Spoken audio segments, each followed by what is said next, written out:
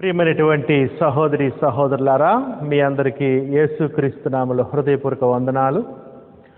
దేవుడు మరి యొక్క చక్కటి సమయాన్ని మనకు అనుగ్రహించారు. దేవుని యొక్క వాక్యాన్ని మనం ధ్యానించడానికి, పరిశీలించడానికి, పరిశోధించడానికి, నేర్చుకోవటానికి, అంతేకాదు దేవుని యొక్క వాక్యాన్ని మనం చదివే కొద్దీ బుద్ధిని, బోధను, గద్దింపును, హెచ్చరికను, జ్ఞానాన్ని, వివేకాన్ని పొందటానికి కూడా దేవుడు మనకు అవకాశం అనుగ్రహించారు. ఈరోజు మనం దేవుని యొక్క వాక్యంలో ఇంకొక అధ్యాయాన్ని మనం నేర్చుకుందాం. సహోదరులారా, మనం ఎఫెసీయులకు రాసిన పత్రిక చదువుతూ ఉన్నాం. అపోస్తలుడైన పౌలు ఎఫెసీయులకు రాసిన పత్రిక మనం చదువుతూ ఉన్నాం. ఎఫెసీయులకు రాసిన పత్రికలో ఈరోజు మనం 3వ అధ్యాయాన్ని ధ్యానించవలసిన వారమై ఉన్నాం. అపోస్తలుడైన పౌలు ఎఫెసీయులకు రాసిన పత్రిక 3వ అధ్యాయాన్ని మనం ధ్యానిద్దాం. ఎఫెసీయులకు పత్రిక సంబంధించి ఇది 4వ పాఠము. పరిచయం మొదటి పాఠము, మొదటి అధ్యాయం 2వ పాఠం, 2వ అధ్యాయం 3వ పాఠం, 3వ అధ్యాయము 4వ పాఠం. ఇది ఎఫెసీయులకు రాసిన పత్రిక సంబంధించి 4వ పాఠం. అందుకని ఈ పత్రిక చదవాలంటే మొత్తం 7 పాఠాలు వస్తాయి.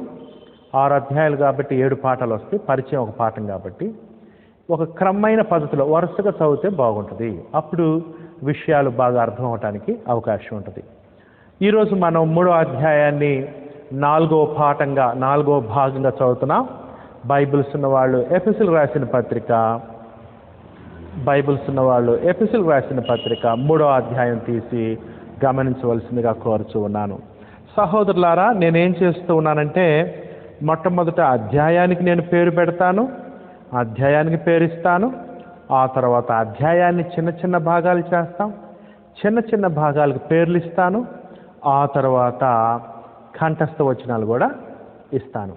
ఈ విధంగా మనం ఒక అధ్యాయాన్ని బాగా ధ్యానించడానికి, అధ్యాయంలో ఉన్నటువంటి సారాన్ని గ్రహించడానికి, అధ్యాయాన్ని గుర్తుపెట్టుకోవటానికి, ఆ అధ్యాయం మనం స్టడీ చేసిన తర్వాత ఇతరులతో కూడా పంచుకోవటానికి, ఇతరులకు కూడా వివరించడానికి అనుకూలంగా ఉంటుందని నేను విశ్వసిస్తూ ఉన్నాను. దయచేసి మొట్టమొదటిగా చూడండి, 3వ అధ్యాయానికి పేరు పెడదాం. 3వ అధ్యాయానికి ఏమని పేరు పెడుతూ ఉన్నానంటే నేను క్రీస్తునందలి దేవుని మర్మము, దేవుని మర్మము, క్రీస్తునందు దేవుని మర్మము, the mystery of God in Christ. క్రీస్తునందు దేవుని మర్మము. దేవుని మర్మం ఏంటో ఇక్కడ మనం చూస్తాము 3వ అధ్యాయంలో. దేవుని మర్మము, క్రీస్తు మర్మము అనే పదం, మర్మము అనే పదం మీకు పదే పదే క్రొత్త నిబంధనలో కనపడుతూ ఉంటుంది. అందుకని ఇక్కడ మనం ఏం చూడబోతూ ఉన్నామంటే దేవుని మర్మం ఏంటో మనం చూడబోతూ ఉన్నాం. ఆ మర్మాన్ని దేవుడు ఇప్పుడు క్రొత్త నిబంధనలో బయలుపరిచాడు. క్రీస్తునందు దేవుడు మర్మాన్ని కలిగి ఉన్నాడు, రహస్య సత్యం కలిగి ఉన్నాడు. ఆ రహస్యత్యాన్ని అపోస్తలు, ప్రవక్తల ద్వారా క్రొత్త నిబంధన సువార్త ద్వారా దేవుని రహస్యాన్ని తేటతల్లం చేశాడు దేవుడు. ఆ దేవుని మర్మం ఏంటో, ఆ మర్మం యొక్క గొప్పతనం ఏంటో, ఆ మర్మం యొక్క మహిమైశ్వర్యం ఏంటిదో మనం 3వ అధ్యాయంలో చూడబోతూ ఉన్నాం. అందుకని 3వ అధ్యాయానికి పేరేమని పెట్టుకుంటారంటే క్రీస్తునందలి దేవుని మర్మము, క్రీస్తునందు దేవుని మర్మము అనే విషయం అనే హెడ్డింగ్ పెట్టుకోండి. తర్వాత 3వ అధ్యాయాన్ని మనం 3 భాగాలు చేద్దాం. 3 భాగాలు చేసి వాటిని మనం ధ్యానిద్దాం. మొదటి భాగం ఏంటంటే 3వ అధ్యాయము 1వ వచనం నుంచి 7వ వచనం వరకు మొదటి భాగము. అపోస్తలుడైన పౌలు ఎఫెసీయులకు రాసిన పత్రిక 3వ అధ్యాయం 1వ వచనం నుంచి 7వ వచనం వరకు మొదటి భాగము. ఈ ప్యాసేజ్కి, ఈ భాగానికి ఏమని పేరు పెట్టుకుంటారంటే, ఈ యొక్క ప్యాసేజ్కి, ఈ భాగానికి ఏమని పేరు పెట్టుకుంటారంటే మర్మము తెలియబడింది, దేవుని మర్మము తెలియబడింది అని పెట్టుకోండి. దేవుని మర్మము తెలియబడింది. ఆ మర్మం ఏంటో ఇక్కడ చెప్తున్నాడు పౌలు గారు. అందుకని దేవుని మర్మం ప్రత్యక్షపరచబడింది, దేవుని మర్మం తెలియబడింది. అదేవిధంగా ఇట్లా కూడా పెట్టుకోవచ్చు దానికి హెడ్డింగ్ ఏంటంటే క్రీస్తు ఆయన సంఘమే ఆ మర్మము, క్రీస్తు ఆయన సంఘమే ఆ మర్మము అని కూడా రాసుకోవచ్చు మీరు. ఇది ఈ 3వ అధ్యాయంలో మొదటి భాగానికి ఈ పేరు రాసుకోవచ్చు. ఇంకా మీరేమనుకో ఇట్లా రాసుకోవచ్చు, ఏంటంటే అనాది నుంచి రహస్యముగా తెలియజేయబడిన మర్మము. ఇది అనాది నుండి సృష్టి ప్రారంభం నుండి రహస్యంగా ఉంది, అందుకనే మర్మము. మర్మము అంటే అర్థం ఏంటంటే బైబిల్ ప్రకారం మర్మము అంటే దేవునికి మాత్రమే తెలిసినది, దేవుడు చెబితే కానీ ఇతరులకు తెలియదు, అది మర్మం బైబిల్ ప్రకారం. కొన్నిసార్లు కొంతమంది వాక్యం చెప్పేవాళ్ళని, మా అయ్యగారు మంచి మర్మాలు చెబుతాడండి, అంతేకాదు వీళ్ళు ప్రార్థన చేసేటప్పుడు ఏమంటారంటే మా అయ్యగారు మర్మం చెప్పేటట్టు సహాయం చేయ్యా అని ప్రార్థన చేస్తూ ఉంటారు. సహోదరులారా, మరి అవి కాదు కానీ మర్మాలు. దేవుని మర్మం ఉంది గ్రంథంలో, ఆ దేవుని మర్మము మర్మంగా ఉంది అనాది నుంచి. పాత నిబంధనలో కూడా అది మర్మంగా ఉంది, ఛాయగా ఉంది. ఆ మర్మాన్ని క్రొత్త నిబంధనలో తేటతెల్లం చేశాడు దేవుడు. అది దేవుని మర్మం అనే విషయాన్ని మనం చూస్తున్నాం. ఆ మర్మము క్రీస్తు, ఆయన సంఘమని మనం 3వ అధ్యాయం మొదటి 7 వచనాల్లో చూడొచ్చు. అందుకని మీరు ఏమని పెట్టుకుంటారంటే 3వ అధ్యాయానికి ఈ పేర్లను పెట్టుకోవచ్చు. అనాదిగా ఉండి తెలియపరచబడిన మర్మము అని కూడా పెట్టుకోవచ్చు. తర్వాత ఈ విధంగా కూడా పెట్టుకోవచ్చు, ఆ మర్మం కొరకు పౌలు పరిచర్య, ఆ మర్మానికి అనుసరించిన పౌలు పరిచర్య. పౌలు పరిచర్య దేనికి సంబంధించింది? దేవుని మర్మానికి సంబంధించింది, క్రీస్తుకి ఆయన సంఘానికి సంబంధించింది పౌలు పరిచర్య.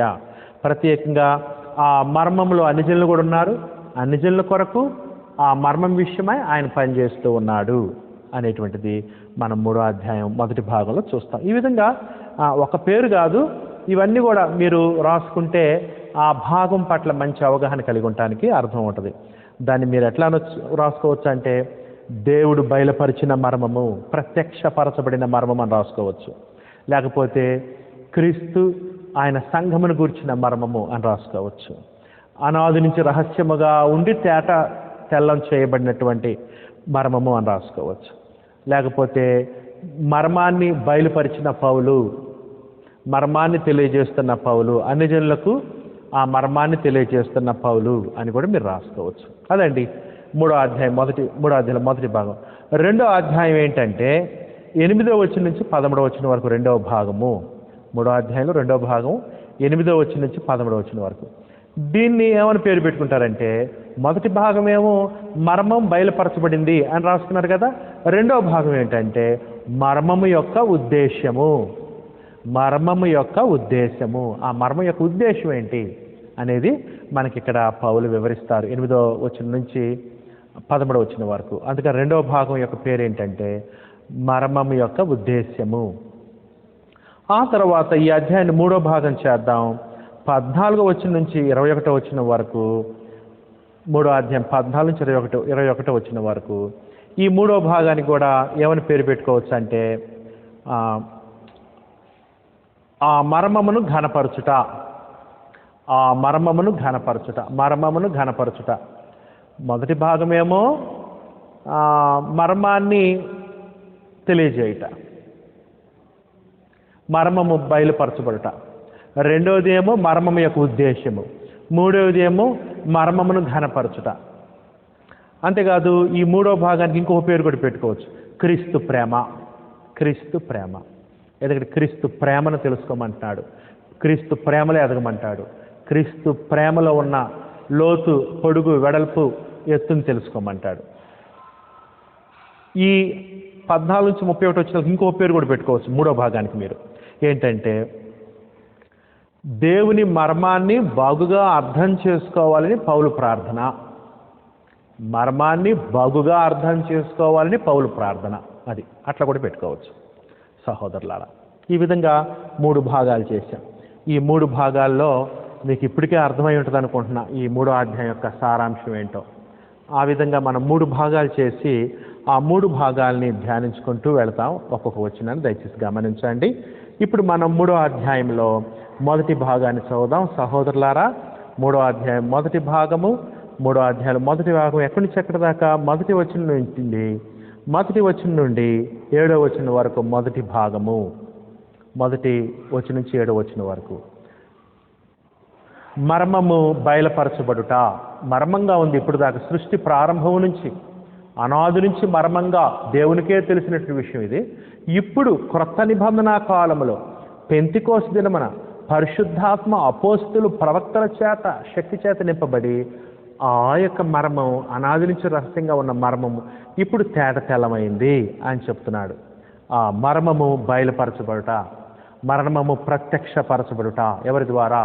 అపోస్తుల ద్వారా, ప్రవక్తల ద్వారా. ఎప్పటి నుంచి? పరలోక నుంచి పరిశుద్ధాత్మ పంపబడిన తర్వాత. దేని ద్వారా ఆ మర్మం తేట తెల్లమవుతుంది? క్రీస్తు యొక్క సువార్త ఆ మర్మాన్ని తేట తెల్లం చేస్తుంది.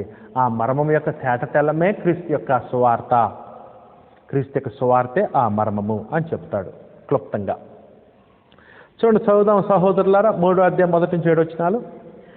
ఈ హేతువు చేత అన్యజనులైన మీ నిమిత్తము క్రీస్తు యేసు యొక్క ఖైదీనైన పౌలు నేను ప్రార్థించుచున్నాను.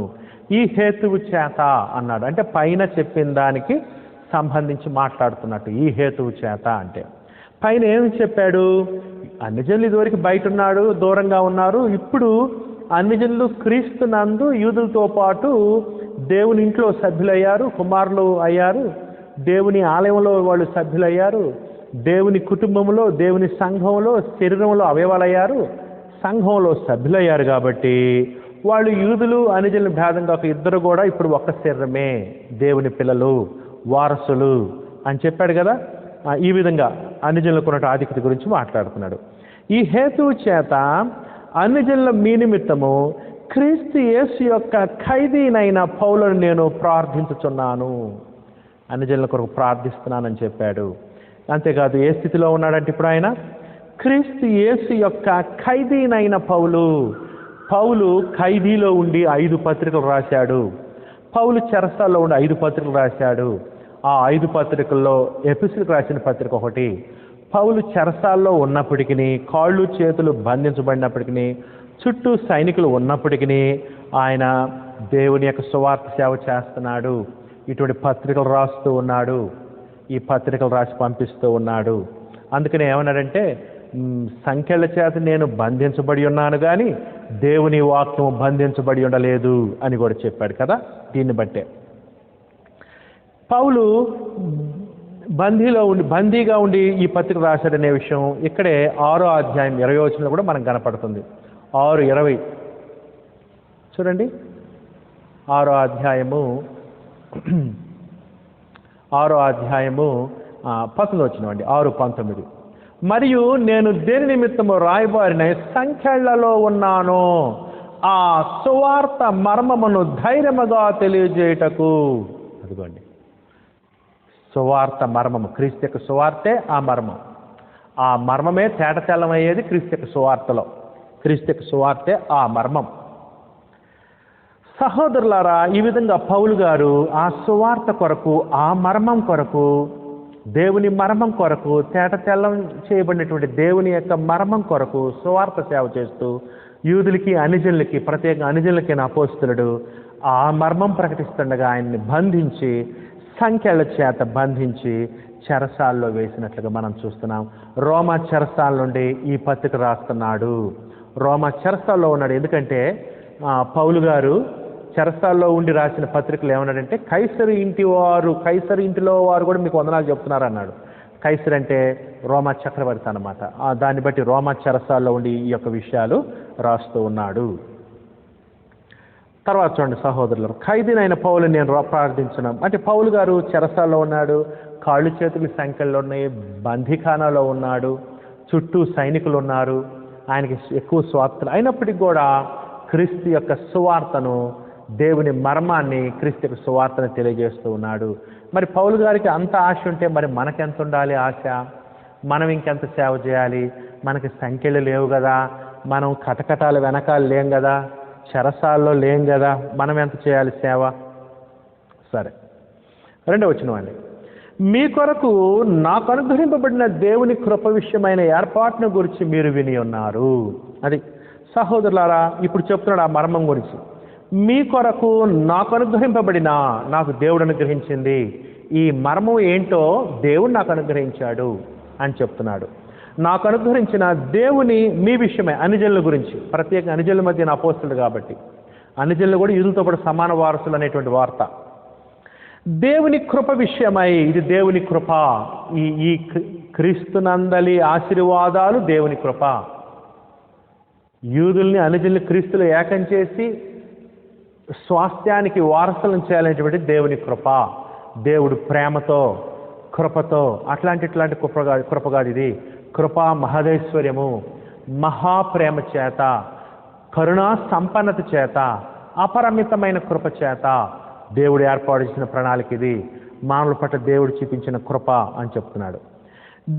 దేవుని కృప విషయమైన ఏర్పాటు, ఇది దేవుని ఏర్పాటు. క్రీస్తునందు ఉన్న వారిని రక్షించాలని, క్షమాపణ కలుగజేయాలని, వారిని తన కుమారులుగా స్వీకరించాలని, వారికి స్వాస్థ్యం ఇవ్వాలని, వారికి తన ఆత్మ వరం అనుగ్రహించాలని, వారిని కుమారులుగా స్వీకరించి పరలోకంలో నిత్య స్వాస్థ్యాన్ని, శాశ్వతం, నిత్య మహిమలోనికి, నిత్య నివాసాలోనికి, నిత్య స్వాస్థ్యంలోనికి, అక్షయమైనది, స్థిరమైనది, వాడమాడిదైన పరలోకంలోకి తీసుకెళ్లాలనేటువంటి ఆలోచన, ఆ ఏర్పాటు దేవునిది. దేవుడు కృపతో చేసిన ఏర్పాటిది. కృపతో, ప్రేమతో చేసిన ఏర్పాటిది. ఆ ఏర్పాటుని ప్రతి ఒక్కళ్ళు తెలుసుకోవాలి. దేవుని ఉద్దేశం ఏంటి, దేవుని ఏర్పాటు ఏంటి, క్రీస్తు గురించి తెలుసుకోవాలి. క్రీస్తులో దేవుడు ఏర్పాటు విధి విధానాలు ఏంటో తెలుసుకోవాల్సిన అవసరం ఉంది. మీరు విని ఉన్నారు, అది పౌలు గారు డైరెక్ట్గా చెప్పాడు వాళ్ళకి. అక్కడికి వెళ్ళి అన్యజనులకి సువార్త ప్రకటించడం, ఈ విషయాలు డైరెక్ట్గా చెప్పారు. ఎట్లనగా క్రీస్తు మర్మము, అది ఆ దేవుని మర్మమే క్రీస్తు మర్మము. క్రీస్తు మర్మము, దేవుని మర్మమే క్రీస్తునందు ఏర్పాటు చేసిన మర్మము. దేవుని మర్మములో క్రీస్తు ప్రభు ఒక భాగము, దేవుని మర్మములో క్రీస్తు శిలువ ఒక భాగము, దేవుని మర్మములో సంఘం ఒక భాగము, దేవుని మర్మములో యూదులు అన్యజనులు ఒకటిగా చేరటం ఒక భాగము, దేవుని మర్మములో సువార్త ద్వారా వాళ్ళని పిలవటం ఒక భాగము, వారికి స్వాస్థ్యం ఇవ్వటం దేవుని మర్మములో భాగమై ఉన్నది. ఇది క్రీస్తు మర్మం అని కూడా అనొచ్చు. క్రీస్తు యొక్క సువార్తే దేవుని మర్మము. క్రీస్తు మర్మము దేవదర్శనం వల్ల నాకు తెలియపరచబడినదన్న సంగతిని గురించి మునుపు సంక్షేపముగా వ్రాసితిని. బహుశా మొదటి అధ్యాయం, రెండో అధ్యాయాలు కొన్ని విషయాలు చెప్పాడు కాబట్టి దాని గురించి చెప్తున్నాడు. ముందుగా చెప్పాను నేను అని అంటున్నాడు. ఈ మర్మము దేవునికే తెలిసిన మర్మము, దేవుడు ఏర్పాటు చేసిన మర్మము, దేవుని దృష్టిలో రహస్యంగా ఉన్నటువంటి, దేవునికే తెలిసినటువంటి ఈ మర్మము పౌలుకి ఎలా తెలిసింది? దేవదర్శనం వలన. దేవుడే ప్రభు అయిన యేసు ద్వారా పౌలుకి ఈ యొక్క విషయాలు తెలియజేశాడు. పౌలుకి డైరెక్ట్గా తెలిసింది, దేవుని మర్మము ప్రత్యక్షపరచబడింది. మరి నేడు మనకి క్రైస్తవులకి, మనకి పౌలు గారు రాసిన పత్రికల ద్వారా, అపోస్తులు, ప్రవక్తలు రాసినటువంటి క్రొత్త నిబంధన ద్వారా, ఈ 27 పుస్తకాల ద్వారా మనకి ఈ మర్మం బయలుపరచబడింది. పౌలు గారికి, అపోస్తులకి డైరెక్ట్ అనమాట. వాళ్ళు రాశారు వాటిని మనం చదువుకుంటే మనం కూడా ఆ జ్ఞానం పొందొచ్చు. క్రీస్తు మర్మము దేవదర్శనం వల్ల నాకు తెలియపరచబడిన సంగతిని గురించి మునుపు సంక్షేపముగా రాసి ముందుగా రాశాను 1-2 అధ్యాయాల్లో. మీరు దాన్ని చదివిన ఎడల దానిని బట్టి ఆ క్రీస్తు మర్మమును గురించి నాకు కలిగిన జ్ఞానము గ్రహించుకొనగలరు. అది దేవుడు నాకు ఆ మర్మాన్ని డైరెక్ట్గా చెప్పాడు. దేవుడు నాకు ఒక్కడికే చెప్పలేదు, అపోస్తులకి, ప్రవక్తలకి అందించాడు ఆ సమాచారాన్ని అని కూడా చెప్పాడు. తర్వాత ఆ మర్మం నాకు చెప్పాడు, నాకు డైరెక్ట్గా ప్రత్యక్షంగా కలిగింది, నేను వాటిని రాశాను. మీరు కనుక చదివితే అదే జ్ఞానం మీరు కూడా పొందొచ్చు అని చెప్తూ ఉన్నాడు. సంక్షేపముగా వ్రాసి మీరు దాన్ని చదివిన ఎడల దాన్ని బట్టి ఆ క్రీస్తు మర్మమును గురించి నాకు కలిగిన జ్ఞానము గ్రహించుకొనగలరు. సహోదరి, ఈ మాట చాలా ప్రాముఖ్యమైంది. అపోస్తులు, ప్రవక్తలు 27 పుస్తకాల్లో దేవుని మర్మాన్ని, క్రీస్తు యొక్క సువార్తను రాశారు. ఇప్పుడు మనం ఏం చేయాలి? దాన్ని చదువుకోవాలి. చదివితే మనం అర్థం చేసుకోగలమా? చేసుకోవచ్చు, గ్రహించవచ్చు, గ్రహిస్తే లోబడవచ్చు. అది ఇప్పుడు దేవుని మర్మం మనకి తెలియబడే విధానం. మీరు దాన్ని చదివిన ఎడల దాన్ని బట్టి ఆ క్రీస్తు మర్మమును బట్టి గురించి నాకు కలిగిన జ్ఞానం గ్రహించుకోగలరు. కొంతమంది ఏమంటారంటే బైబిల్ అందరికీ అర్థం కాదండి అంటారు. కొంతమంది ఏమంటారంటే బైబిల్ కొంతమందికే అర్థమైంది అంటారు. రోమన్ కాథలిక్ చర్చ్ వాళ్ళు సుమారు 1000 సంవత్సరాలు బైబిల్ని సామాన్యుల చేతుల్లోకి అందకుండా చేశారు. వాళ్ళు ఏమనేవారంటే ఆ చర్చి ఫాదర్స్కి, ఆ యొక్క చర్చి ప్రీస్ట్కి, వాళ్ళకి మాత్రమే బైబిల్ అర్థమైద్ది, మిగతా వాళ్ళు చదివిన అర్థం కాదు అని ప్రజల్ని అజ్ఞానంలో ఉంచారు. దేవునికి వ్యతిరేకంగా ప్రవర్తించిన వారు ఆ యొక్క సంఘ సభ్యులు. సహోదరి సహోదరులారా, దేవుడు పౌలు ద్వారా ఏం చెప్తున్నాడంటే, అపోస్తులు ప్రవక్తలు రాశారంట సంగతులు, వాటిని మనము మనసు పెట్టి చదివితే అర్థం చేసుకోవచ్చు అనే విషయాన్ని మనం తెలుసుకుంటున్నాం. అర్థం చేసుకుంటే లోబడతాం. చదివిన దాన్ని బట్టి ఆ క్రీస్తు మర్మమును గురించి నాకు తెలిసి కలిగిన జ్ఞానము గ్రహించుకొనగలరు. ఈ మర్మం ఇప్పుడు ఆత్మమూలముగా దేవుని పరిశుద్ధులకు అపోస్తులకును ప్రవక్తలకును బయలుపరచబడి ఉన్నట్టుగా పూర్వకాలమందు మనుషులకు తెలియపరచబడలేదు. సహోదరి సహోదరులారా, ఈ మర్మము, ఈ క్రీస్తు యొక్క మర్మము, ఈ క్రీస్తు యొక్క సువార్త, దేవుని మర్మం అనాదిలో దేవుడు రహస్యంగా ఉంచాడు. అది పాత నిబంధనలో వాళ్ళకు కూడా ఈ యొక్క మర్మం బయలుపరచబడలేదు. క్రొత్త నిబంధనలో పెంతెకోస్తు దినమున అపోస్తుల పరిశుద్ధాత్మ శక్తి నింపబడ్డ తర్వాత ఈ మర్మం తెలియజేయబడింది అని చెప్తున్నాడు 5వ వచనంలో. ఈ మర్మం ఇప్పుడు ఆత్మ మూలముగా, పరిశుద్ధాత్మ మూలముగా దేవుని పరిశుద్ధులకు అపోస్తులకును, అదిగో మొట్టమొదటి అపోస్తులకి కదా, తర్వాత ప్రవక్తలకి, అపోస్తులు ఎవరి మీద చేతులించారో వారు ప్రవక్తలు, వారికి కూడా ఈ జ్ఞానం కలిగింది. ఆత్మ మూలముగా పరిశుద్ధాత్మను పంపించాడు. క్రీస్తు ప్రభు ఆరోహణమై తండ్రి కుడిపార్శ్వ నుండి తండ్రిని అడిగి పరిశుద్ధాత్మని కుమ్మరించడం అపోస్తుల మీద వాగ్దానం చేసినట్టు, ఆ తర్వాత అపోస్తులకి పరిశుద్ధాత్మ శక్తి చేత అపోస్తులు ఆ మర్మాన్ని సువార్త రూపంలో తెలియజేశారు. ఈ మర్మం ఇప్పుడు ఆత్మ మూలముగా దేవుని పరిశుద్ధులకు అపోస్తులకును ప్రవక్తలకును బయలుపరచబడినట్టుగా పూర్వకాలములు యందు మనుషులకు తెలియపరచబడలేదు. పూర్వకాలం అంటే పాత నిబంధన కాలంలో. అందుకని ఇది మర్మము, దేవునికి మాత్రమే తెలుసు, దేవుడు మాత్రమే బయలుపరచాలి, తెలియజేయాలి. సహోదరి సహోదరులారా, మనకి క్రొత్త నిబంధన 27 పుస్తకాల్లో ఆ మర్మము మనకి బయలుపరచబడింది, తెలియచేయబడింది. ఆ మర్మం విప్పబడింది. ఆ మర్మం యొక్క విశేషాలు ఏంటి చెప్తున్నాడు చూడండి 6వ వచనం. ఆ మర్మం ఏదనగా, రహస్యంగా ఉండే వీటిని ఇప్పుడు తెలియబడింది ఏంటంట, అన్యజనులు, ఇదిగోండి మర్మం ఇది, అన్యజనులు సువార్త వలన క్రీస్తు యేసునందు యూదులతో పాటు సమాన వారసులు. అదండి మర్మము. దేవుని యొక్క మర్మములో ఉన్నది ఏంటంట, అన్యజనులు సువార్త వలన క్రీస్తు యేసునందు యూదులతో పాటు సమాన వారసులు. ఎవరెవరు ఇప్పుడు వారసులు కావచ్చు దేవునికి? అన్యజనులు, యూదులు. ఎలాగూ? సువార్త వలన, క్రీస్తుకి సువార్త. ఎక్కడ? క్రీస్తు యేసునందు, ఇంక వేరే చోట కాదు.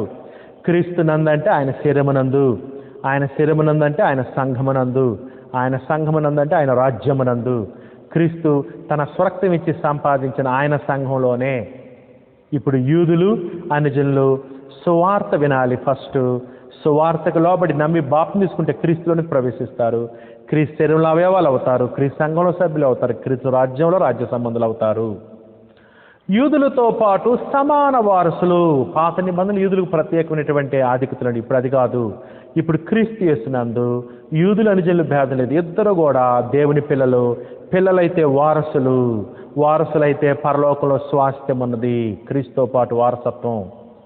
ఇది దేవుని యొక్క మర్మము. సహోదరి సహోదరులారా, ఇప్పుడు క్రీస్తు యొక్క సువార్త ద్వారా, అపోస్తుల ద్వారా, పౌలు ద్వారా యూదులకి మొట్టమొదట, తర్వాత అన్యజనులకు కూడా ఈ మర్మము తెలియబడింది. అది అంటే అర్థం ఏంటి?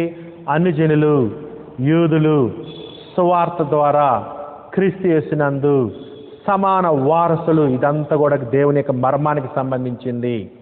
తర్వాత చూడండి, ఇంకా ఒక శరీరమందలి సాటి అవయములను, అదిగో ఒక్క శరీరమే, అదే క్రీస్తు యొక్క శరీరము, క్రీస్తు యొక్క సంఘము, ప్రభు తన స్వరక్తి సంపాదించిన ఆయన సంఘములో ఒక్క శరీరమందలి సాటి అవయములను, అది క్రీస్తు యొక్క సంఘంలో సభ్యులు. క్రీస్తు యొక్క సంఘం శరీరం అయితే ఆ శరీరంలో అవయవాలు. ఒక్క శరీరమందలి సాటి అవయములను వాగ్దానములో పాలివారునై ఉన్నారన్నదియే వాగ్దానము. క్రీస్తు నందున్న వారికి పరలోక విషయంలో ఆత్మ సంబంధమైన ప్రతి ఆశీర్వాదం అనే వాగ్దానం ఉంది. ఇప్పుడు క్రీస్తు నందు ఉంటే, సువార్త విని క్రీస్తు నందు కనుకుంటే, బాప్తిసం ద్వారా క్రీస్తులోనికి ప్రవేశిస్తే, ఆయన సంఘంలో ఉంటే వారు వారసులు, వాగ్దానంలో పాలివారు. అనేకమైన దీవెనలు వారు పొందవచ్చు, సమానమైన దీవెనలు వాళ్ళు పొందవచ్చు. అనే విషయాన్ని ఇక్కడ చెప్తున్నాడు. ఇది దేవుని యొక్క మర్మానికి సంబంధించింది, దేవుని యొక్క మర్మానికి సంబంధించింది, క్రీస్తు యొక్క మర్మానికి సంబంధించింది. సహోదరి సహోదరులారా, ఇది క్రీస్తు యొక్క సువార్త ద్వారా తేటతెల్లమైంది. ఇదివరకు తెలియలేదు, ఇది తెలియలేదు. ఆ తర్వాత చూడండి సహోదరులారా, ఇంకా 7వ వచనం చూడండి. 7వ వచనం, దేవుడు కార్యకార్యగు తన శక్తిని బట్టి నాకు అనుగ్రహించిన కృపావరము చొప్పున. దేవుడు కార్యకారి, అది దేవుడు కార్యకారి అంటే అర్థం ఏంటంటే దేవుడు కార్యాన్ని సిద్ధం చేస్తాడు, దేవుడు కార్యాన్ని నెరవేరుస్తాడు, దేవుడు కార్యసిద్ధి కలుగు చేస్తాడు, కార్యాన్ని కలుగు చేస్తాడు, ఆ కార్యాన్ని నెరవేర్చే శక్తినిస్తాడు. దేవుడు కార్యకార్యగు తన శక్తిని బట్టి కార్యాన్ని నెరవేర్చగలడు. దేవుడు తన శక్తిని బట్టి. సహోదరి సహోదరులారా, ఎఫెసీయులకు రాసిన పత్రికలో పదే పదే చెప్పే ఒక మాట ఏంటంటే దేవుని శక్తి, దేవుని బల ప్రభావాలు, దేవుని అపరిమితమైన శక్తి. ఈ గొప్ప సృష్టిలో మనం చూస్తున్న ఈ గొప్ప సృష్టిలో, 6 రోజుల సృష్టిలో దేవుని గొప్ప శక్తి చూడొచ్చు. ఇశ్రాయేలీలతో దేవుడు 1500 సంవత్సరాలు పనిచేసినప్పుడు అక్కడ కూడా దేవుని గొప్ప శక్తి చూడొచ్చు, వాళ్ళ విమోచన గాథ. ఇప్పుడు మనం క్రీస్తులో, క్రీస్తుని మృతులను లేపిన విషయంలో, పరలోకంలో కూర్చుని పెట్టిన విషయంలో, క్రీస్తులోనికి వచ్చిన వారిని కూడా మృతులను లేపి పరలోక విషయంలో ఆత్మస్థాన ప్రతి ఆశీర్వాదములు ఇచ్చేటువంటి విషయంలో కూడా ఆ శక్తిని, ఆ బల ప్రభావాలను మనం చూస్తూ ఉన్నాం. ఇదంతా దేవుని శక్తికి సంబంధించింది. 7వ వచనం, దేవుడు కార్యకార్యగు తన శక్తిని బట్టి నాకు అనుగ్రహించిన, అది దేవుడు పౌలుకు అనుగ్రహించాడు. ఈ విషయాన్ని, ఈ మర్మాన్ని తేటతెల్లం చేయమని పౌలుకు అనుగ్రహించాడు. ఆ జ్ఞానాన్ని, కృపను అనుగ్రహించాడు. అది అనుగ్రహించిన కృపావరము చొప్పున. ఇది కృప, దేవుడు నాకు ఇచ్చిన కృప, నాకు ఇచ్చిన భాగ్యం. ఇది క్రీస్తు యొక్క సువార్తను ప్రకటించడం, క్రీస్తు యొక్క సువార్త ద్వారా యూదుల్ని, అనుజనుల్ని ఐశ్వర్యవంతులను చేయటం, పరలోక స్వాస్థ్యానికి వారసులను చేయటం అనేది దేవుడు నాకు పట్ల చూపించిన, నాకు ఇచ్చిన అనుగ్రహము, నాకు చూపించిన కృప అని చెప్తున్నాడు. సహోదరి సహోదరులారా, దేవుడు కార్యకార్యకు తన శక్తిని బట్టి నాకు అనుగ్రహించిన కృపావరము చొప్పున నేను ఆ సువార్తకు పరిచారకున్నైతిని. ఆ సువార్తే మర్మము. నేను ఆ మర్మానికి పరిచారకున్నయ్యాను, ఆ సువార్తకు పరిచారకున్నయ్యాను అని చెప్తున్నాడు. అంతేకాదు సహోదరి సహోదరులారా, అంతేకాదు కానీ కొలస్సీలకు రాసిన పత్రికలో ఏమన్నాడంటే పౌలు గారు, ఆ సంఘమునకు పరిచారకున్నైతిని అని కూడా అన్నాడు. ఆ సంఘమునకు పరిచారకున్నైతిని అని కూడా పౌలు గారు తెలియచేశాడు కొలస్సీలకు రాసిన పత్రిక 1వ అధ్యాయంలో. అంటే అర్థం ఏంటంటే సహోదరి సహోదరులారా, కొలస్సీలకు రాసిన పత్రిక 1వ అధ్యాయం 25 నుంచి 28 వచ్చింది, 25 నుంచి 26 వచ్చినాలు. కొలస్సా 1వ అధ్యాయం 25 నుంచి 26 వచ్చినాలు మర్మం గురించి మాట్లాడుతూ ఆ సంఘమునకు పరిచారకులు అంటే అర్థం ఏంటి? ఆ సంఘం మర్మంలో భాగం, సువార్త మర్మములో భాగం, క్రీస్తు మర్మములో భాగం, సువార్త మర్మములో భాగం, క్రీస్తు యొక్క సంఘం మర్మములో భాగము అని చెప్తూ ఉన్నాడు అనమాట. దేవుడు కార్యకార్యకు తన శక్తిని బట్టి నాకు అనుగ్రహించిన కృపావరము చొప్పున నేను ఆ సువార్తకు పరిచారకున్నైతిని. ఏ సువార్త ఇది? క్రీస్తుకి, ఆయన సంఘానికి సంబంధించిన సువార్త. క్రీస్తులోనికి మానవ జాతిని నడిపించడం, యూదుల్ని అనుజనుల్ని క్రీస్తులోనికి, ఆయన శరీరములోనికి, ఆయన సంఘములోనికి నడిపించటం. ఆయన సంఘంలో ఎందుకు వెళ్ళాలి? వారసులు, దేవుని వారసులు కాబట్టి వాగ్దానంలో పాలివారు అవ్వాలంటే క్రీస్తులోనికి ప్రవేశించాలి, ఆయన శరీరంలో అవయవాలుగా ఉండాలి, ఆయన సంఘంలో సభ్యులుగా ఉండాలి అని చెప్తూ ఉన్నాడు 7వ వచనంలో. ఆ సువార్తకు పరిచారం. అదండి సహోదరి సహోదరులారా, 3వ అధ్యాయము మొదటి 7 వచనాలు చదివాము. ఆ మర్మం ఏంటో ప్రత్యక్షపరిచాడు పౌలు, రాశాడు, మనకు అర్థమవుతుంది. ఆ మర్మము అనాదిలో రహస్యంగా ఉంచబడింది, పాత నిబంధనలో కూడా రహస్యంగా ఉంది. ఇప్పుడు అపోస్తుల ద్వారా, ప్రవక్తల ద్వారా పరిశుద్ధాత్మ పంచి పెంతెకోస్తు దినం నుంచి ఆ మర్మాన్ని దేవుడు బయలుపరిచాడు అని కూడా మనం చూస్తున్నాం. సహోదరి సహోదరులారా, ఒక చిన్న రిమార్క్స్ ఉంటాయి చూడండి, గమనించండి. ఈ మిస్టరీ, ఈ మర్మం గురించి కొన్ని విషయాలు చెప్తాను చూడండి. అంటే దేవుని మర్మానికి సంబంధించిన విషయాలు, హైలైట్స్ ఆఫ్ ద మిస్టరీ, దేవుని మర్మానికి సంబంధించిన ముఖ్య పాయింట్స్. అంటే దేవుని మర్మం ఏంటో చెప్తాను. దేవుని మర్మంలో ఏ భాగాలు ఉన్నాయో చెప్తాను. దేవుని మర్మములో క్రీస్తున్నాడు. కొలస్సా 2:2 క్రీస్తు దేవుని మర్మము అని చెప్పాడు. కొలస్సా 2:2 అండి. క్రీస్తు ఆ మర్మంలో భాగం. తర్వాత క్రీస్తు యొక్క సిలువ కూడా ఆ మర్మంలో భాగమై ఉన్నది.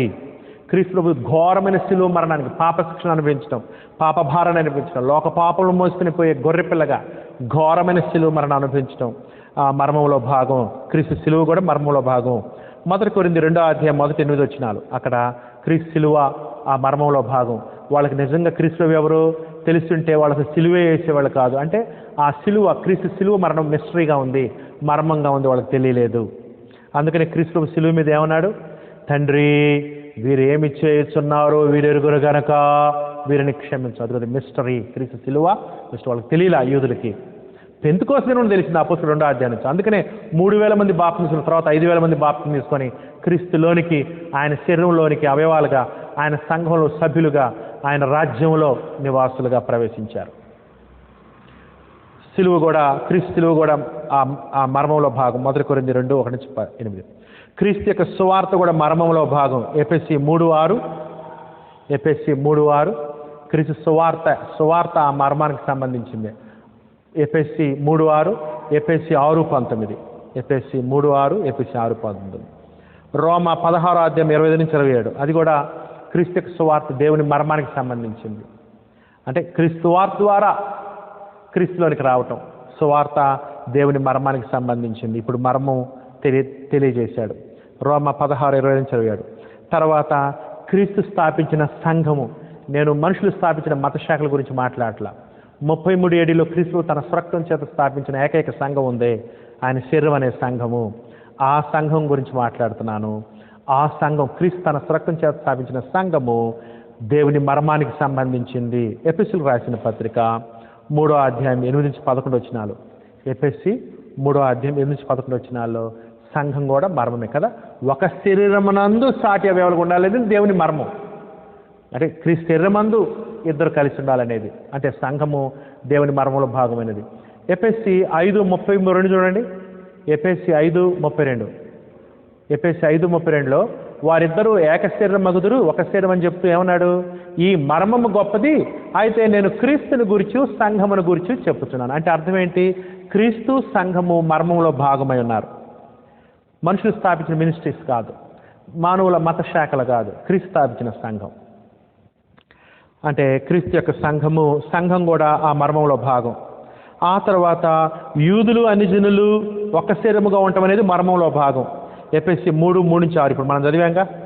తర్వాత క్రీస్తు సంఘంలో ఆయన శరీరంలో అవయవాలుగా ఉన్నారు. ఆ ఒక్క శరీరంలో అవయవాలుగా ఉన్నవారు, ఆ సంఘంలో సభ్యులుగా ఉన్నవారు వారసులు, వారికి స్వాస్థ్యం కదా. ఎఫెసీ 1:4-14 ఎఫెసీ 1:4-14 వారిని కుమారులుగా స్వీకరించడం. క్రీస్తు శరీరంలో ఉన్నవారిని, ఆయన సంఘంలో ఉన్నవారు కుమారులుగా, వాళ్ళు వారసులు, వారికి స్వాస్థ్యం ఉంది. ఆయన పరలోకంలో నిత్య మహిమ, నిత్య జీవము, నిత్య స్వాస్థ్యము, నిత్య నివాసాలు ఉన్నాయని చెప్తుంది. నిత్య సహవాసం, నిత్య సంబంధం, నిత్య జీవం ఉందని చెప్పాడు. ఇదండి సహోదరులారా క్రీస్తు యొక్క మర్మము. దేవుని మర్మం అర్థమైందండి. ఎవరైనా ఇంకా ఈ మర్మములో పాలివారు కాకపోతే, క్రీస్తు యొక్క సువార్తలో పాలివారు కాకపోతే, నేడే రక్షణ దినము దేవుని యొక్క చిత్తాన్ని, క్రీస్తు యొక్క శిలువ మరణ పర్వతాలను అర్థం చేసుకొని, క్రీస్తుని ప్రభువుగా ఒప్పుకొని పాపక్షమాపణతో క్రీస్తుతో పాటు చనిపోయే సమాజంలో క్రీస్తు పాటు తిరిగి లేచి ఆయన శరీరంలో, ఆయన సంఘంలో సభ్యులు కండి. దేవుని మిస్టరీలో పాలివారు కండి. ఆయన మర్మంలో పాలివారం అయితే వారసులము, దేవుని వారసులము, దేవునికి వారసులము, క్రీస్తు తోడి వారసులము. ఇక చెప్పలేం ఆ వారసత్వం ఎంత స్వాస్థ్యాన్ని పొందుతామో లెక్క కట్టలేం. ఇదండి సహోదరులారా 3వ అధ్యాయంలో మొదటి భాగము. ఏమని చెప్పాం మనం? మర్మము తెలియబడింది అనేటువంటి చెప్పాం కదా, 3వ అధ్యాయం మొదటి భాగం. ఇప్పుడు సహోదరులారా, ఇప్పుడు మనం 3వ అధ్యాయం 2వ భాగంలోకి వెళ్దాం. బైబిల్స్ వాళ్ళు గమనించండి. 3వ అధ్యాయం 2వ భాగం, 3వ అధ్యాయం 8వ వచనం నుంచి 13వ వచనం వరకు 2వ భాగం. 3వ అధ్యాయం 8 నుంచి 13 వచనాలు 2వ భాగం, 8 నుంచి 13. దీనికి ఏమని హెడ్డింగ్ పెట్టాం? మనం పేరిచ్చాం మర్మము యొక్క ఉద్దేశము. మర్మము యొక్క ఉద్దేశం. మర్మం యొక్క ఉద్దేశం ఏంటో చూద్దాం. పర్పస్ ఆఫ్ ద మిస్టరీ, ఈ యొక్క మర్మం యొక్క ఉద్దేశం ఏంటో చూద్దాం. 8 నుంచి 13 వచనాల్లో ఆ మర్మం యొక్క ఉద్దేశం ఏంటో చూడండి.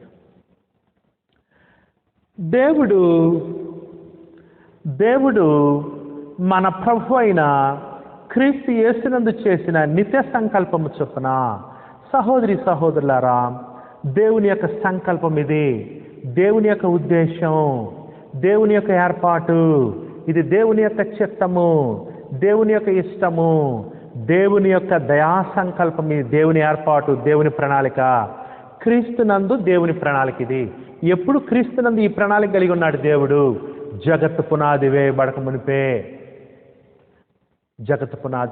మునిపే దేవుడు ఈ సంకల్పం కలిగి ఉన్నాడు. అంటే నిత్యత్వంలో భూమి పునాదులు వేయబడనప్పుడు, కాలం ప్రారంభించమన్నప్పుడు, అనాదిలోనే నిత్యత్వంలో దేవుడి సంకల్పం కలిగి ఉన్నాడు. దేవుడు మన ప్రభు అయిన క్రీస్తు యేసునందు చేసిన నిత్య సంకల్పము ఇదేదో అప్పుడప్పుడు చేసింది కాదు, అప్పటికప్పుడు చేసింది కాదు. బాధాకర విషయం ఏంటంటే, కొంతమంది ఏమంటారంటే క్రీస్తు సిలువ వేయబడటం అనేది అనుకోకుండా జరిగింది, దేవునికి తెలియదు, ఆ విషయం క్రీస్తుకు తెలియలేదు, యూదులు క్రీస్తుని ఘోరంగా సిలువ వేయటం, అందుకనే దేవుడు రాజ్యం స్థానంలో సంఘాన్ని ఏర్పాటు చేసి ఈసారి 2వ రాకడకు క్రీస్తు వచ్చినప్పుడు రాజ్యాన్ని స్థాపిస్తాడని ఒక తప్పుడు బోధ ఉంది. సహోదరి సహోదరులారా, క్రీస్తు ప్రభు మర్మంలో భాగం, క్రీస్తు సిలువ కూడా మర్మంలో భాగం, సంఘం కూడా మర్మంలో నిత్య సంకల్పంలో భాగము, దేవుని ఏర్పాటులో అనేది దయచేసి గమనించవలసిందిగా కోరుచూ ఉన్నాను. దేవుడు మన ప్రభు అయిన క్రీస్తు యేసునందు చేసిన నిత్య సంకల్పము చొప్పున, సహోదరి సహోదరులారా, ఈ క్రీస్తునందు దేవుడు ఏర్పాటు చేసిన ఈ యొక్క సంకల్పము దయా సంకల్పం అన్నాడు. అంటే దేవుడు దయతో ఏర్పాటు చేసిన ప్రణాళిక ఇది, ఏర్పాటు, ఉద్దేశం. అంతేకాదు, ఇది నిత్య సంకల్పం. అంటే జగత్తు పునాది వేయబడక మునిపే, అనాదిలోనే, నిత్యత్వంలోనే దేవుడు ఏర్పాటు చేసింది. భూమిని సృజించక ముందే, కాలం లేకముందే, ఆది కంటే ముందే, అనాదిలోనే దేవుడు ఈ ప్లాన్ ఏర్పాటు చేశాడు. క్రీస్తుని ఏర్పాటు చేయటం, క్రీస్తు సిలువను ఏర్పాటు చేయటం, క్రీస్తు సిలువ రక్తం ద్వారా మానవుల్ని తనతో సమాధానపరచుకోవడం, క్రీస్తులోనికి వచ్చిన వారిని తన కుమారులుగా స్వీకరించడం, వాళ్ళకి వారసత్వాన్ని, పరలోకాన్ని, నిత్య సహవాసం, నిత్య స్వాస్థ్యాన్ని వాళ్ళ దేవుని యొక్క అనాది సంకల్పము. క్రీస్తు యేసునందు చేసిన నిత్య సంకల్పము చొప్పున పరలోకములో ప్రధానులకును అధికారులకును సంఘము ద్వారా తన యొక్క నానా విధమైన జ్ఞానం ఇప్పుడు తెలియబడిన వలనని ఉద్దేశించాడు దేవుడు. సహోదరి సహోదరుడు, ఎందుకు దేవుడు ఈ సంకల్పాన్ని ఏర్పాటు చేశాడు? ఈ సంకల్పం క్రీస్తునందు దేవుడు, క్రీస్తు సంఘము అనేటువంటి ఈ సంకల్పంలో దేవుని ఉద్దేశం ఏంటంటే, సంఘం ద్వారా, సంఘాన్ని బట్టి, సంఘం ఏర్పడటాన్ని బట్టి, సంఘంలో జరిగే కార్యక్రమాలు బట్టి, సంఘం ఎలా ఏర్పడింది, సంఘంలో జరిగే కార్యక్రమాలు, ఆ సంఘము ద్వారా చూడండి, సంఘము ద్వారా తన యొక్క నానా విధమైన జ్ఞానం ఇప్పుడు తెలియబడవాలని ఉద్దేశించి.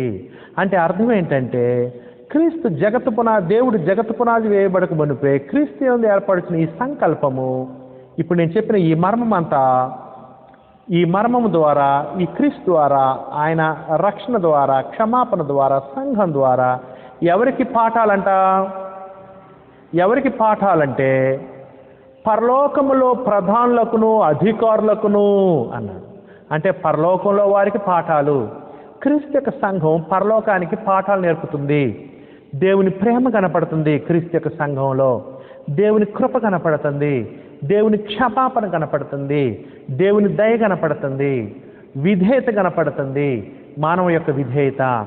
ఈ విధంగా అనేక పాఠాలు సంఘం ద్వారా పరలోకంలో దేవదూతలకు బోధించబడుతూ ఉన్నాయి అని మనం చూస్తున్నాం.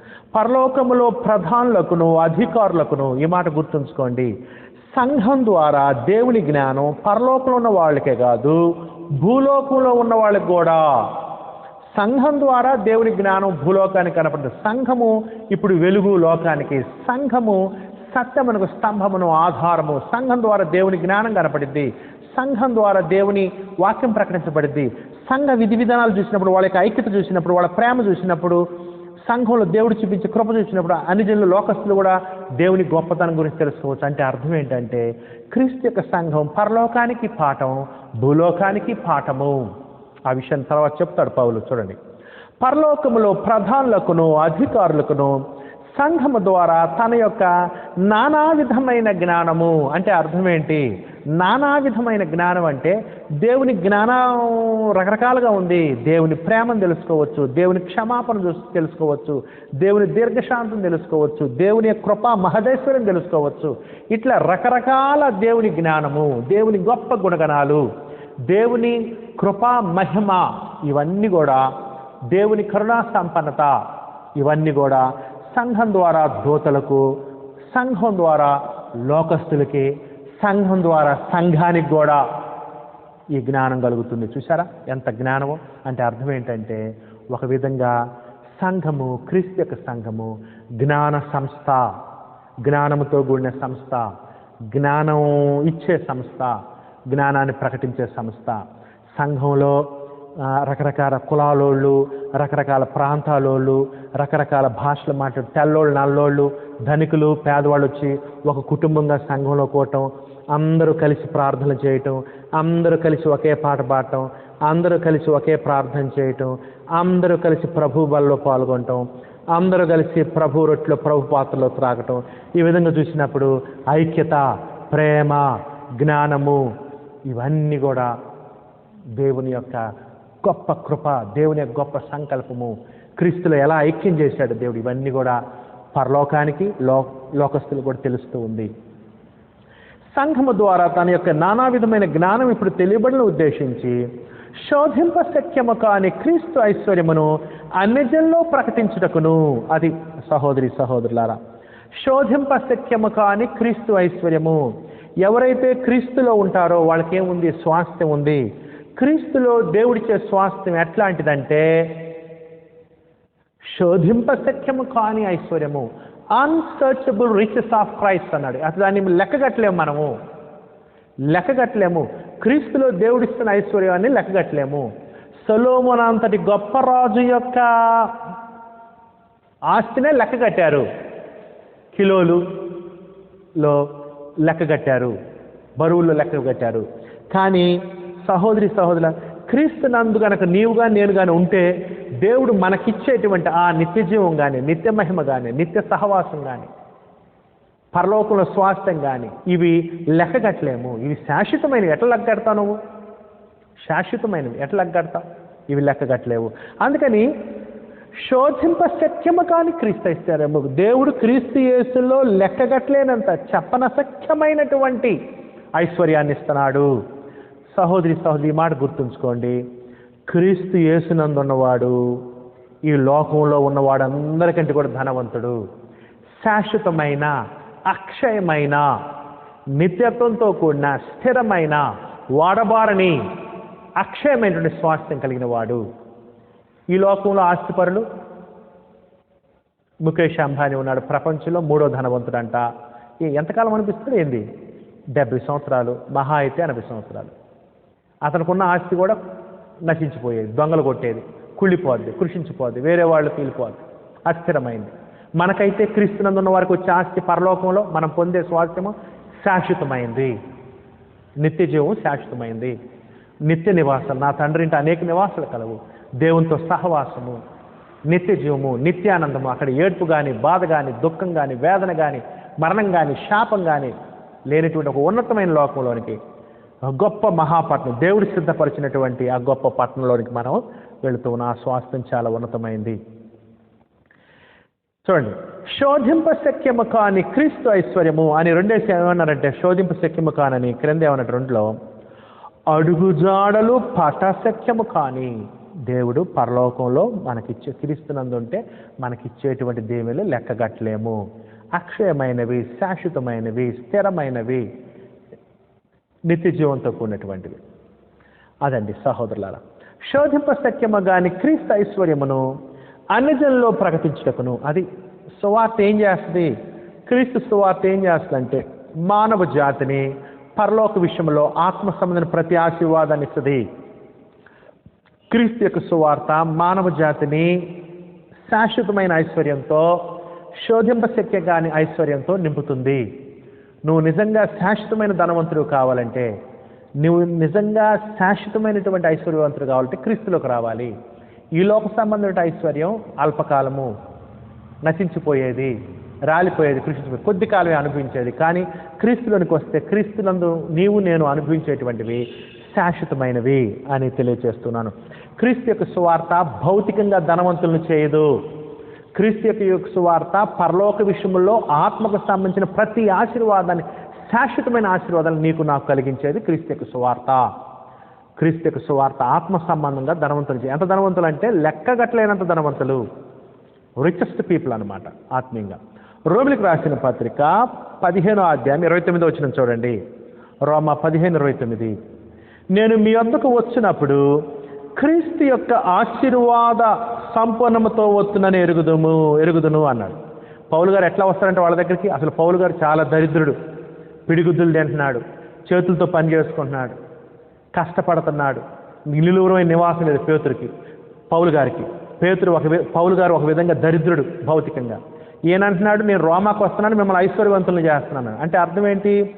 దేంతో వస్తున్నాడంట? ఏ ఐశ్వర్యం? భౌతిక సంబంధం కాదు, ఆత్మ సంబంధమైన, పరలోక సంబంధమైన శాశ్వత ఐశ్వర్యం అది. క్రీస్తు యొక్క ఆశీర్వాద సంపూర్ణంతో అన్నాడు. అక్కడ క్రీస్తు యొక్క ఆశీర్వాద అనేసి 6 క్రిందే ఉందంటే ఫుట్ నోట్లో, సువార్తాశీర్వాదముతో అన్నాడు. క్రీస్తు యొక్క సువార్త ఆశీర్వాదంతో కూడింది. శరీర సంబంధమైన ఆశీర్వాదమా? కాదు. పరలోక సంబంధమైనది, శాశ్వత సంబంధమైనది, ఆత్మకు సంబంధించింది, అక్షయమైన దానికి సంబంధించి, స్థిరమైన దానికి సంబంధించి, దేవుడు దేనికి శిల్పి నిర్మాణకు పునాదులు గల ఆ పట్టణానికి సంబంధించిన ఐశ్వర్యం ఇది. సహోదరి సహోదరులు, బాధాకరణ విషయం ఏంటంటే నేడు ఈ ఆత్మ సంబంధమైన ఆశీర్వాదం క్రీస్తు యొక్క సువార్త ప్రకటింపబడట్లా. ఈనాడు మనుషులు క్రీస్తువుని నమ్ముకుంటే పిల్లలు పుడతారు, క్రీస్తువుని నమ్ముకుంటే అప్పులు పోతాయి, క్రీస్తువుని నమ్ముకుంటే కోర్టులో కేసులు మాఫీ అవుతాయి, క్రీస్తువుని నమ్ముకుంటే మీరు ధనవంతులు అవుతారు, క్రీస్తువుని నమ్ముకుంటే మీ బ్యాంకుల్లో డబ్బులు పాజిటివ్లో ఉంటారు మీరు, ఇట్లాంటి చెప్తూ ఉన్నారు. సహోదరి సహోదరులు, అది అబద్ధ బోధ. క్రీస్తునందు, క్రీస్తు యొక్క సువార్త నిన్ను నన్ను పరలోకానికి సంబంధించి, ఆత్మకు సంబంధించిన శాశ్వతమైన దీవెనలతో నిత్య స్వాస్థ్యాన్ని ఇస్తే కానీ ఈ లోకంలో స్వాస్థ్యం లేదు. ఈ లోకంలో స్వాస్థ్యం ఇచ్చింది ఎవరికి? దేవుడు ఇశ్రాయేలుకి ఇచ్చాడు పాత నిబంధనలో. ఎక్కడ? కనాను భూభాగంలో, పాలు తెల్లు ప్రవించే భూభాగము. మంచి తిండి పెట్టాడు, మంచి పాలు ఇచ్చాడు, తేనెనిచ్చాడు, మంచి బంగారాన్ని ఇచ్చాడు వాళ్ళకి, మంచి పంటలను ఇచ్చాడు, మంచి ఆయుష్ని ఇచ్చాడు వాళ్ళకి స్వాస్థ్యం కొద్ది కాలమే, అది శరీర సంబంధమైన స్వాస్థ్యం కొద్ది కాలమే. క్రీస్తునందున్న వారికి అది కాదు అసలు.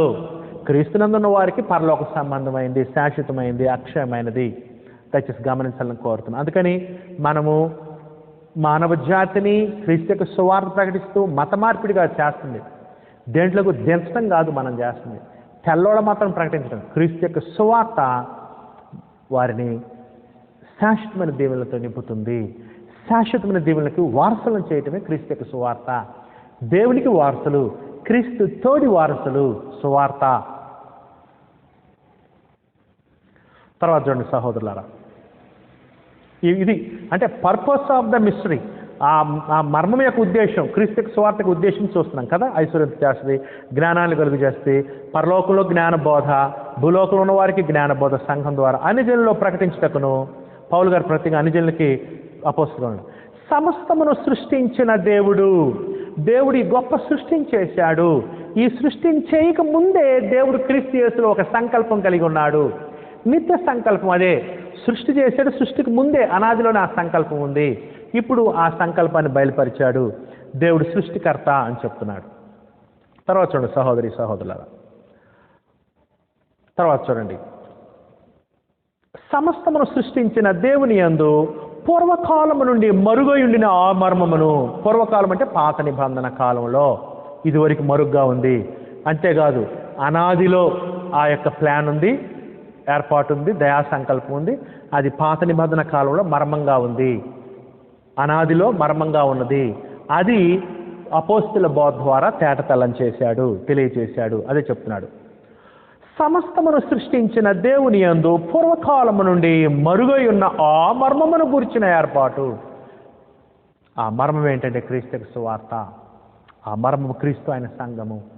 ఆ మర్మము తెలియజేసేది క్రీస్తు యొక్క సువార్త.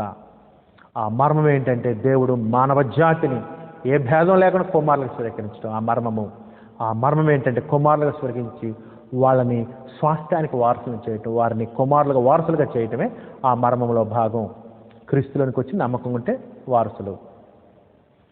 సహోదరులారా చూడండి, పూర్వకాలము నుండి మరుగైన ఆ మర్మమును గురించిన ఏర్పాటు ఏదో, ఏర్పాటు అంటే ఒకటి ఏంటంటే అక్కడ ఏమన్నాడంటే ఒకటే క్రింద గృహ నిర్వాహకత్వము. ఇది దేవుని ఏర్పాటు, దేవుని ఏర్పాటు గృహ నిర్వాహకత్వము.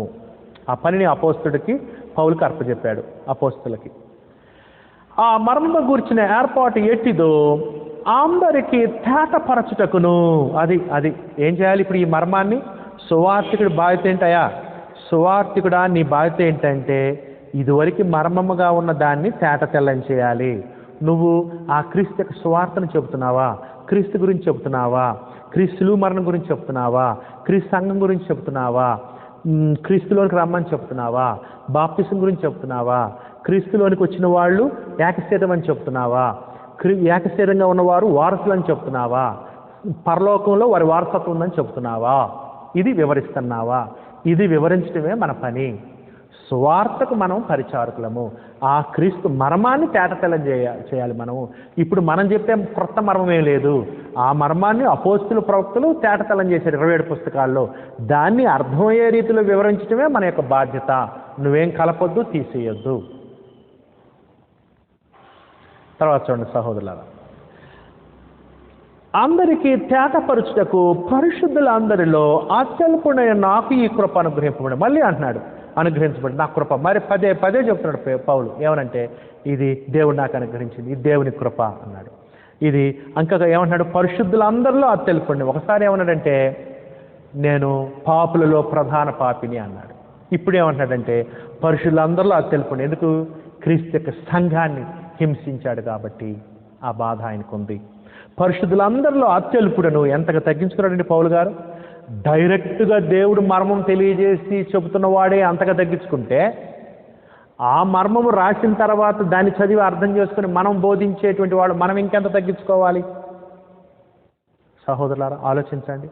ఈనాడు ఒక్కొక్కళ్ళు సవాళ్ళు చేసేవాళ్ళు ఉన్నారు, ఛాలెంజ్లు విసిరేవాళ్ళు ఉన్నారు, తొడలు కొట్టేవాళ్ళు ఉన్నారు. ఇది సువార్తికుడి విధానం కాదు. సువార్తికుడు సాత్వికంతో దీన మనసుతో విషయాల్ని అర్థమయ్యే రీతిలో చెప్పాలి. అంతేగా నువ్వు ఇప్పుడు చెప్పే కొత్త మర్మాలు ఏమి లేవు, ఏమి లేవు కొత్త మర్మాలు. అపోస్తులకి ఆ ఘనత ఉంది, మర్మాన్ని తేటతెల్లం చేసిన ఘనత. అది రాశారు, అది మనం అర్థం చేసుకుని ఫస్ట్, తర్వాత ఇతరులకు అర్థమయ్యేటట్టు చెప్పడమే. మనమేం విర్రవీగాల్సిన పని లేదు. ఎందుకంటే మనమేం మర్మాన్ని క్రొత్తగా విప్పట్లేదు, ఆల్రెడీ అపోస్తులు విప్పారు. ఆ అధిక దేవుడు అపోస్తులకి ప్రవక్తలకి ఇచ్చాడు. సరే చూడండి, అత్యల్పుడైన నాకు ఈ కృప అనుగ్రహించను. ఆయన యందలి విశ్వాసము చేత, క్రీస్తునందలి విశ్వాసము చేత ధైర్యమును నిర్భయమునైన ప్రవేశమును ఆయన బట్టి మనకు కలిగిన. ఎక్కడికి ప్రవేశము? దేవుని ఇంట్లోనికి, దేవుని ఆలయంలోనికి, క్రీస్తు యొక్క సంఘంలోనికి మనకు ప్రవేశం కలిగింది కదా. ఆ ప్రవేశం గురించి తండ్రి సన్నిధికి చేరుతూ ఉన్నామని 2వ అధ్యాయం 18వ వచనం చెప్పాడు కదా, అదే చెప్తున్నాడు ఇప్పుడు ఇక్కడ. ఆయన యందలి విశ్వాసము చేత ధైర్యమును నిర్భయమైన ప్రవేశం ఆయన బట్టి మనకు కలిగి ఉన్నది. కాబట్టి మీ నిమిత్తమై నాకు వచ్చిన శ్రమ, ఈ చెరసాల, ఈ సంకెళ్ళు, ఈ బాధలు, ఈ బెత్తాల దెబ్బలు, క్రీస్తు సువార్త కొరకు ఆయన అనుభవించిన శ్రమ చూచి మీరు అధైర్యపడవద్దు. నా శ్రమలు చూసి మీరు అధైర్యపడవద్దని వేడుకొనిచున్నాను. అవి మీకు మహిమకరములైనవి. నేను శ్రమపడి మీకు సువార్త చెప్పాను కదా, నా శ్రమ మీకు మహిమను తెస్తుంది, మహిమైశ్వర్యాన్ని తెస్తుంది మీకు అని చెప్తున్నాడు అన్ని జనులతో పౌలు మాట్లాడుతూ. పౌలు గారు శ్రమపడి, పౌలు గారు శ్రమ పడుతున్నాడు. ఈయన శ్రమపడి ఎవరిని ఐశ్వర్యంతులు చేస్తున్నాడు? అన్ని జనులని, యూదులను ఐశ్వర్యంతులు చేస్తున్నాడు. అది ఈయన శ్రమ వాళ్ళకి ఐశ్వర్యం. సహోదరి చాలా గొప్ప మాట, అది చాలా గొప్ప మాట. మనం కూడా క్రీస్తు కొరకు శ్రమ పడితే ఇతరులను ఐశ్వర్యవంతులు చేయాలి. ఇతరులను ఐశ్వర్యవంతులు చేసే విషయంలో మనం శ్రమ పడాలి. పౌలు లాంటి మనసు మనం కలిగి ఉండాలి. అదండి సహోదరులారా, 8వ వచనం నుంచి 13వ వచనం ఇంతవరకు ఏం చూసాము మనము? ఆ యొక్క మర్మము యొక్క ఉద్దేశం ఏంటో చూసాము. ఆ మర్మము యొక్క ఉద్దేశం ఏంటంటే సర్వలోకంలో ఉన్న వారిని ఐశ్వర్యవంతులను చేయాలని క్రీస్తులో. మర్మం యొక్క ఉద్దేశం ఏంటంటే పరలోకానికి జ్ఞానము, భూలోకానికి జ్ఞానము తెలియజేయాలని. ఆ మర్మం యొక్క ఉద్దేశం అంటే దేవుని కృప తెలుసుకోవాలని, దేవుని కృపా మహదేశ్వర్యం పొందాలని, ఉచితంగా పొందాలని, శాశ్వతమైన దీవెనలు పొందాలని సువార్త ద్వారా. ఇది ఆ యొక్క ఉద్దేశము. పౌలు గారు ఆ మర్మాన్ని తెలియజేస్తున్నాడు మనకి. అది మర్మం యొక్క ఉద్దేశం ఏంటో చూసాం. ఆ తర్వాత ఆ మర్మము మనల్ని శోధింపశక్యము కాని ఐశ్వర్యవంతులను చేస్తానని కూడా మనం చూసాం సహోదరులారా. సరే, ఇప్పుడు మనం మూడో భాగంలోకి వెళదాము. మనం ఇప్పటికి 2 భాగాలు చూసాం. చివరి భాగం మూడో భాగము. మూడవ భాగం ఏంటంటే 3వ అధ్యాయం 14వ వచనం నుంచి 21వ వచనం. ఇక్కడ ఏంటంటే మర్మమును ఘనపరచుట. మర్మముని ఘనపరచుట. ఆ మర్మం యొక్క గొప్పతనాన్ని ఘనపరుస్తున్నాడు మాటల్లో పౌలు. దాన్ని బట్టి దేవుని స్తుతిస్తున్నాడు. ఆ మర్మాన్ని బట్టి, ఆ మర్మము తెచ్చే దేవుని బట్టి. అదండి మూడో భాగం. అంతేకాదు మూడో భాగాన్ని ఎక్కడి నుంచి ఎక్కడి దాకా అంటే 14 నుంచి 21 వచనాలు. మీరు కావాలంటే క్రీస్తు ప్రేమ అని కూడా దానికి పేరు పెట్టుకోవచ్చు, సబ్ హెడ్డింగ్ కింద వేరే పేరు కూడా పెట్టుకోవచ్చు. తర్వాత దేవుని మర్మాన్ని వాళ్ళు సరిగ్గా అర్థం చేసుకోవాలని, ఆ జ్ఞానాన్నిలో ఎదగాలని, క్రీస్తు ప్రేమను ఎలా ఎదగాలని ఆయన ప్రార్థన చేస్తున్నాడు. ఇది పౌలు చేసిన 2వ ప్రార్థన. మొదటి అధ్యాయము సహోదరులారా, మొదటి అధ్యాయము 15వ వచనం నుంచి 19వ వచనం వరకు ఒక ప్రార్థన చేశాడు అక్కడ. ఇప్పుడు ఇది ఆయన చేస్తున్న 2వ ప్రార్థన. పౌలు గారి ప్రార్థనలు చాలా ఉన్నతంగా ఉంటాయి. దయచేసి పౌలు గారు చేసినట్టుగా ప్రార్థన చేయటం నేర్చుకుందాము. ఆయన ఏ సంఘం కొరకు, ఏ వ్యక్తి కొరకు ప్రార్థన చేసినా వారి భౌతిక అవసరాల కంటే కూడా ఆత్మ సంబంధమైన అవసరాల పట్ల, ఆత్మ సంబంధమైన జ్ఞానం పట్ల, ఆత్మ సంబంధమైన ఐశ్వర్యం పట్ల ఎక్కువ శ్రద్ధ చూపిస్తుంటాడు తన ప్రార్థనలో. ఆత్మీయంగా ఎదగాలని, ఆత్మీయంగా జ్ఞానం పొందాలని, ఆత్మీయంగా సంపన్నులు అవ్వాలని కోరుతూ ఉంటాడు. భౌతిక సంబంధమైన విషయాల కంటే కూడా పరలోక సంబంధ విషయాల పట్ల, ఆత్మకు సంబంధించిన విషయాల పట్ల ఎక్కువగా ప్రార్థన చేస్తూ ఉంటాడు. మనం కూడా ఎక్కువగా ఆ విధంగా ప్రార్థన చేయటం నేర్చుకోవాలి. సరే, 14 నుంచి 21 వచనాలు చూద్దామండి. పౌలు గారు ఆ యొక్క మర్మాన్ని మెచ్చుకుంటూ ఉన్నాడు, మర్మాన్ని ఘనపరుస్తూ ఉన్నాడు. చూద్దాం ఆయన ప్రార్థన ఏంటో, దేని కొరకు, క్రీస్తు ప్రేమ ఎంత గొప్పదో. 14 నుంచి 21. ఈ హేతువు చేత పరలోకమందును భూమి మీదను ఉన్న ప్రతి కుటుంబము ఏ తండ్రిని బట్టి కుటుంబాన్ని పిలువబడుచున్నదో ఆ తండ్రి ఎదుట నేను మోకాళ్ళుని. సహోదరులారా, ఇక్కడ మనం ఏం చూస్తున్నామంటే పరలోకమందును భూమి మీదను ఉన్న ప్రతి కుటుంబము అన్నాడు. తెలుగులో ప్రతి కుటుంబం అన్నాడు, కానీ అది ఇంగ్లీష్లో కనుక మీరు ట్రాన్స్లేషన్ చూస్తే ఎట్లాగ ఉంటుందంటే పరలోకమందును భూమి మీదను ఉన్న కుటుంబము. అది ఒకటే కుటుంబం, దేవుని కుటుంబం, తండ్రి కుటుంబం, ఒకటే కుటుంబం. పరలోకమందు భూమి మీద ఉన్న కుటుంబం అది. అందుకనే మనం బాప్తిసం పొందినప్పుడు దేవుని కుటుంబంలో సభ్యులం అవుతాం, కుమార్తె చేర్చబడతాం. అంతేకాదు పరలోకంలో కూడా కూర్చుంటున్నాం. అంటే అర్థం ఏంటి? నువ్వు సంఘ సభ్యుడు ఎప్పుడో అవుతావో పరలోక వారసుడు అయిపోయినట్టే అదనమాట. అంటే అర్థం ఏంటంటే క్రీస్తు యొక్క సంఘము పరలోకమందును భూమి మీదను ఉన్న దేవుని కుటుంబము అదనమాట, దేవుని కుటుంబము. చూసారా సహోదరులారు, అంటే మనం పరలోకానికి సంబంధించిన వాళ్ళము, దేవుని కుమారులము, దేవుని వారసులము, దేవుని ఇంటి వారము. అందుకని చూసారా, భూమి మీదను పరలోకమందును భూమి మీదను ఉన్న కుటుంబం అది క్రీస్తు యొక్క సంఘం. పరలోకంలో భూమి మీదనే ఉన్నట్టు, నువ్వు దేవుని కుమారుడు అయితే పరలోకం భూలోకంలో కూడా ఉన్నట్టు అన్నమాట. భూలోకంలో సంఘ సభ్యుడివి, పరలోకంలో నువ్వు వారసుడివి. ఆ విధంగా దేవుని కుటుంబం అనమాట, ఒకటే కుటుంబం దేవునికి. ఆ కుటుంబం క్రీస్తు యొక్క సంఘమైనది. భూమి మీదను పరలోకమందును భూమి మీదను ఉన్న కుటుంబము ఏ తండ్రిని బట్టి కుటుంబాన్ని పిలువబడుచున్నదో. చూసారా, ఆ కుటుంబం ఆత్మ సంబంధమైన కుటుంబం ఇది. ఈ కుటుంబంలో ఒక్కడే తండ్రి, ఆయన తండ్రిని దేవుడు. ఈ కుటుంబంలో సహోదరుడు క్రీస్తు ప్రభువు. ఈ కుటుంబంలో మనందరం సహోదరులము. దేవుని కుటుంబము, దేవుని ఆలయము, దేవుని మందిరము కదా. ఏ తండ్రిని బట్టి కుటుంబాన్ని పిలువబడుతుంది. మనం ఒక కుటుంబము, ఒకే కుటుంబము. ఆ తండ్రి ఎదుట నేను మోకాళ్ళుని, తండ్రిని దేవునికి ప్రార్థన చేస్తున్నాడు పౌలు గారు. ఎట్లా? మోకాళ్ళుని తను తగ్గించుకుంటున్నాడు. మనం కూడా మోకాళ్ళుని ప్రార్థన చేయటం నేర్చుకోవాలి. తండ్రిని బట్టి కుటుంబాన్ని పిలవడుచు ఆ తండ్రి ఎదుట నేను మోకాళ్ళుని దేవునికి మొరపెడుతున్నాడు, విజ్ఞాపన చేస్తున్నాడు తండ్రిని దేవునికి. ఏమని? మీరు ఎఫెసీ సంఘం కొరకు, ఎఫెసీలో ఉంటున్న దేవుని కుటుంబం కొరకు, ఎఫెసీలో ఉన్న క్రీస్తు శరీరం కొరకు, ఎఫెసీలో ఉన్న క్రీస్తు సంఘం కొరకు, ఎఫెసీలో దేవుని ఆలయం కొరకు ప్రార్థన చేస్తున్నాడు, పరిశుద్ధుల కొరకు. ఏమని ప్రార్థన చేస్తున్నాడు చూడండి. మీరు వాళ్ళ గురించి ప్రార్థన, ఎఫెసీ సంఘం కొరకు ఏమని ప్రార్థన చేస్తున్నాడట? అంతరంగ పురుషుని యందు శక్తి కలిగి. అంతరంగ పురుషుడు అంటే ఆత్మయందు, అంతరంగ పురుషుడు అంటే ఆత్మయందు శక్తి కలిగి. సహోదరి సహోదరులారా, మనం ఆత్మీయంగా బలపడాలి. భౌతిక సంబంధమైన ఆహారం తింటే శరీరం బలపడిద్ది. ఆత్మ సంబంధమైన వాక్యమను పాలు, బలమైన ఆహారం అనే వాక్యాన్ని తీసుకుంటే ఆత్మ బలపడిద్ది. ఈ కూరగాయలు ఆహార పదార్థాలు ఎంత శరీరానికో, దేవుని వాక్యం ఆత్మకట్ట ఆహారము. వాక్యం పాలగా చెప్పబడింది పసిపిల్లలైతే, వాక్యం బలమైన ఆహారంగా చెప్పబడింది పెద్దోళ్ళు అయితే ఆత్మీయంగా. రెండింటిగా పనిచేస్తుంది వాక్యం, పాలుగా ఆహారంగా. వాక్యాన్ని వింటూ ఉంటే నీవు నేను ఆత్మీయంగా బలం పొందుతాము. గుర్తుంచుకోండి, వాక్యాన్ని చదువుతూ ఉండాలి, వింటూ ఉండాలి, నేర్చుకుంటూ ఉండాలి, లేకపోతే బలహీనపడతాము. అంతరంగ పురుషుని యందు శక్తి కలిగి ఆయన ఆత్మ వలన బలపరచబడినట్లుగాను. ఆయన ఆత్మ వలన అంటే పరిశుద్ధాత్మ చేత మనం బలపడాలి. పరిశుద్ధాత్మ చేత ఎట్లా బలపడతాం? పరిశుద్ధాత్మ ప్రేరణ చేత ఇచ్చిన వాక్యం ద్వారా, పరిశుద్ధాత్మ ప్రేరణ చేత ఇచ్చినటువంటి సర్వసత్యం ద్వారా మనం బలపరచుతాం. వాక్యం వింటున్నామంటే ఆత్మచేత బలపడుతున్నట్టే. ఆత్మచేత నింపబడటం అంటే ఇదే, వాక్యం చేత నింపబడటం. ఆయన ఆత్మలో బలపరచబడినట్లుగా బలం పొందాలి మనము. ఎఫెసీలు బలపడాలని కోరుతున్నాడు. క్రీస్తు మీ హృదయంలో విశ్వాసము ద్వారా నివసించినట్లు.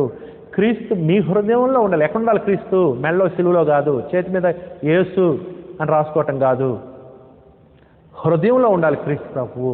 ఎలాగుండాలి క్రీస్తు హృదయంలో? బానిసగాన కాదు, ప్రభువుగా ఉండాలి. మన ఆలోచనల్ని, మన మాటల్ని, మన క్రియల్ని ఏలాలి ప్రభువు. క్రీస్తు మన హృదయంలో పనివాడుగా కాదు, ఏలేవాడుగా ఉండాలి.